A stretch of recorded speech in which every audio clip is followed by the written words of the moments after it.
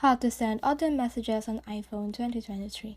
Hi guys, so in this video I'll teach you how to send audio messages on iPhone 2023. So if you want to learn how it's done, just watch this video until the very end. It's just pretty quick and simple, so let's go.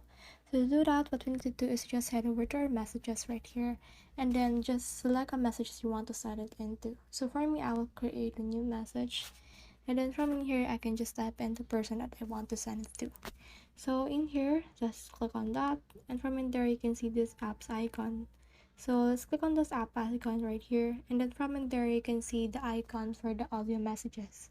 So just click on that app, and then from in there you can just start recording on that, and then just release it when you're stop recording and send it to a friend. That's the whole process. I hope this video helped you send audio messages on iPhone. If you have questions or comments, kindly put in the comment section below. And if not, don't forget to subscribe and like. Thanks.